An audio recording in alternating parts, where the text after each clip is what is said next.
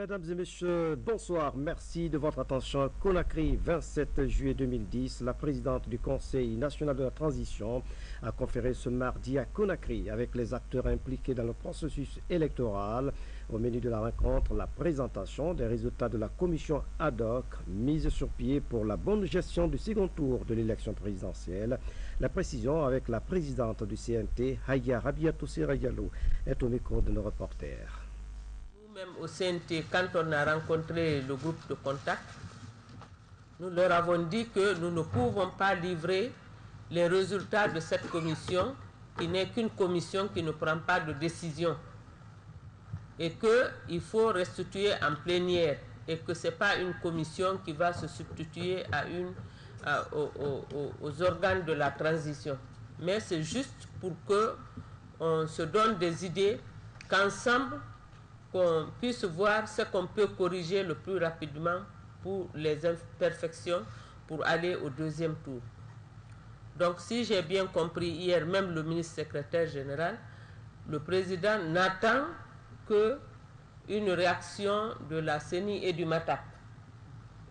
Et ce qui me fait dire que nous avons eu raison hier de dire qu'il fallait qu'on tienne cette réunion pour voir est-ce que le ministre du MATAP va être encore notre interlocuteur auprès du Premier ministre pour que vraiment cette restitution puisse avoir lieu. Qu'on sache que c'est un engagement de tous les acteurs et non pas d'un. Ça, c'est un. Et que Stéphane, qui est là aussi, qui puisse rapprocher,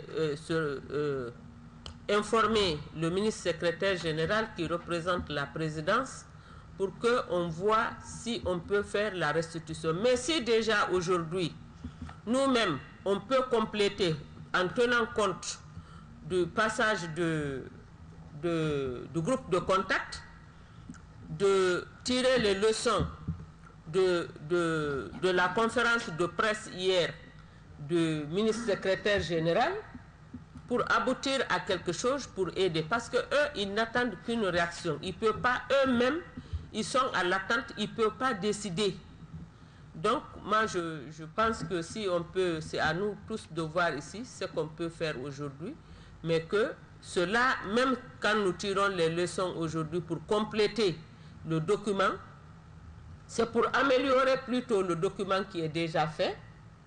Ce n'est pas le remettre en cause, mais c'est pour qu'en allant vers cette restitution qui est indispensable, que nous puissions venir avec vraiment des propositions concrètes. Je sais qu'au niveau de la CENI, déjà, concernant la formation, c'est déjà entamé, mais ça ne suffit pas. Donc, si toujours, la CENI pourrait toujours nous édifier qu'est-ce qui a été fait, puisque chaque institution a reçu déjà le document, et qu'on puisse voir ce qu'il y a lieu de faire. Et je profite de cette occasion pour vous remercier, vous tous, et vous féliciter. Parce que les organes de transition se sont mis au-dessus de la mêlée. Nous avons été insultés dans les radios, ça a été très mal traduit, comme le ministre a eu à le dire hier à la conférence de presse. Mais nous avons gardé notre sang-froid parce que nous ne voyons que le pays en face de nous. Et c'est ce qui compte.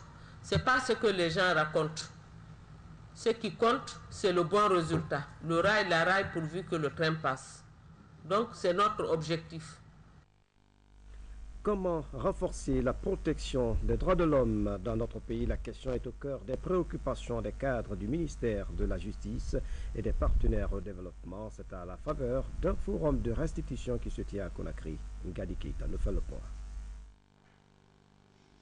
C'est en présence des membres d'institutions nationales et internationales que s'est ouvert ce matin le forum de restitution du rapport de l'examen périodique universel. C'est une initiative du ministère de la Justice et des gardes des Sceaux. Ce forum doit permettre de renforcer les capacités des cadres en matière de protection des droits humains. Le respect et la promotion des droits de l'homme dans un pays.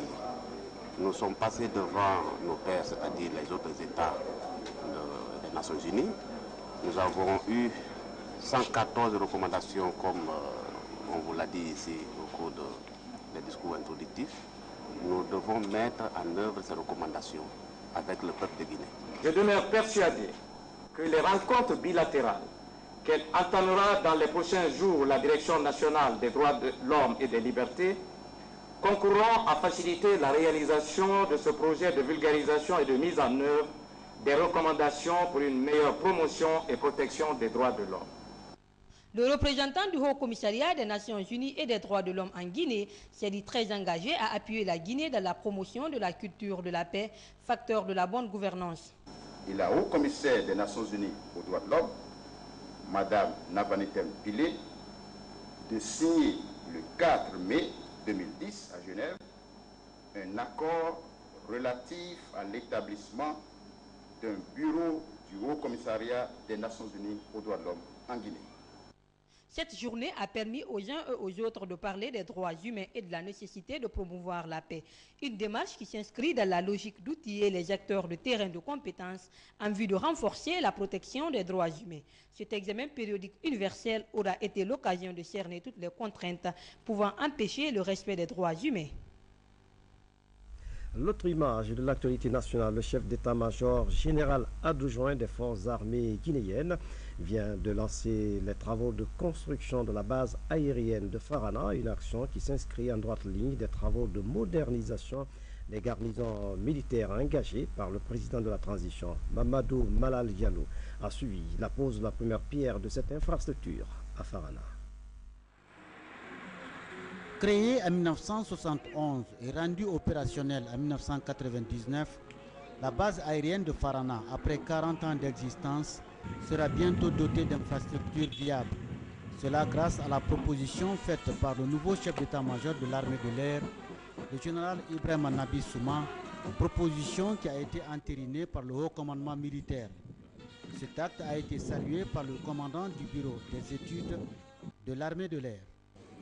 Toutes ces œuvres sont rendues possibles par le patriotisme d'un combattant, soldat infatigable, le général d'armée Sekouba Konaté. Pour le chef d'état-major général adjoint des armées, le général Aboubakar Sidiki Kamara, le choix de Farana n'est pas fortuit. C'est la position de Farana par rapport à l'environnement. J'ai dit que si la Guinée est un pays maritime, il recèle les caractéristiques d'un pays continental. Nous avons plus de frontières dans le continent qu'au niveau de la mer. Par conséquent, nous devrons avoir une aviation développée. L'expérience que lui-même a vécue à partir du front de Massanta fait que Farana est un bon site stratégique pour une base aérienne opérationnelle. Ce projet comprend un bloc administratif, des logements pour officiers et sous-officiers, une infirmerie, un complexe sportif, un héliport, des hangars, etc.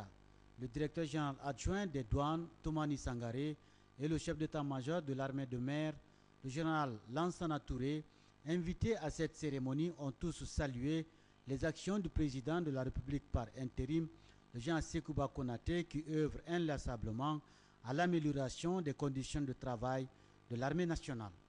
Ce que j'ai vu est un projet très ambitieux.